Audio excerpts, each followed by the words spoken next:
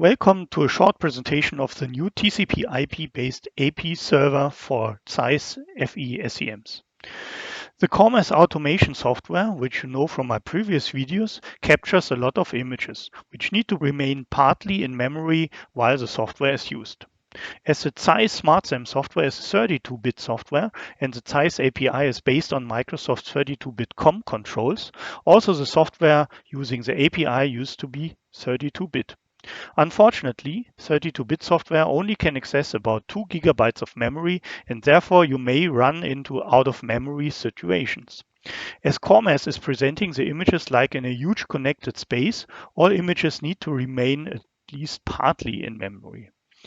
To enable a 64-bit version of CorrMeas being used, I needed to create an additional API and decided for a TCP IP-based version. The good thing with the TCP IP is that this can be accessed from any programming language and even better from any device that is programmable and has some networking interface, while the original COM interface is restricted to Microsoft computers and supports only some few programming languages. Let us now go to the SEM and see how to use this.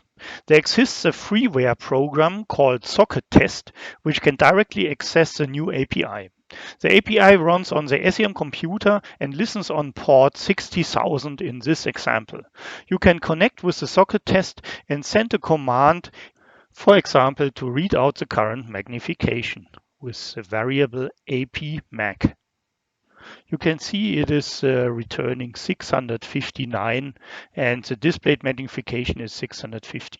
And you can also set the magnification to a predefined value by using the set command. Another command exists for enabling the notification. That means whenever you change, in this case here, the magnification, the API sends a message with the current value.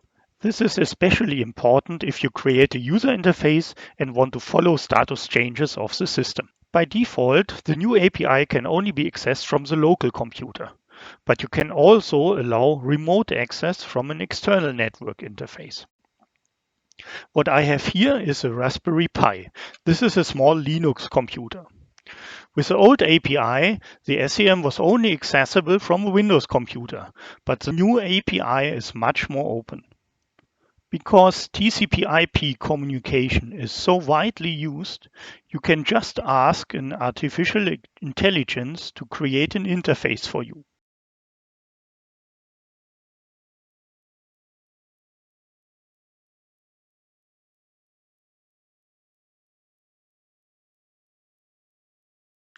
Now here is a short script. We save it into a file and execute it. It just reads out the variable APMag from the SEM, but now on the Raspberry Pi. And we can repeat this with a Python interface. Here's the script, copied into the editor, and saved into a file. Same result. We can repeat the same with C language. Same procedure, generate the file. So you see how flexible it is, totally independent from the programming language. You just generate the same in anything you want, and all that, like in this case, on a Linux computer. We can even modify the bash script version a little bit to save an image from the SEM. You can see there it is. Takes the right viewer and saved as a bitmap file.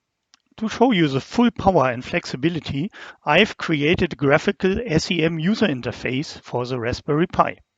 It has some of the main controls and it's really scalable. You actually don't feel a delay between the normal user interface and the remote version on the Raspberry Pi. You can work and focus with the same speed.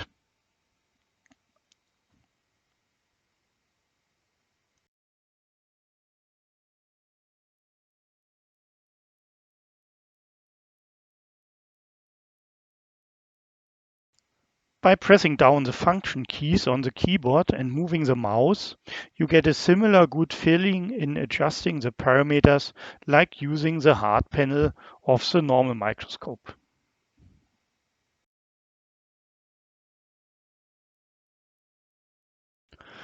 Also, the beam shift works with good speed and the image follows the mouse movement while the function key 7 is pressed down.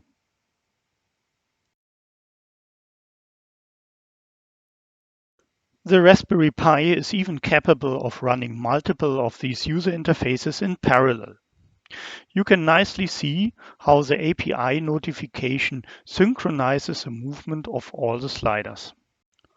I hope I could show you how the new API opens up the connectivity of your ZEISS SEM to a much bigger world.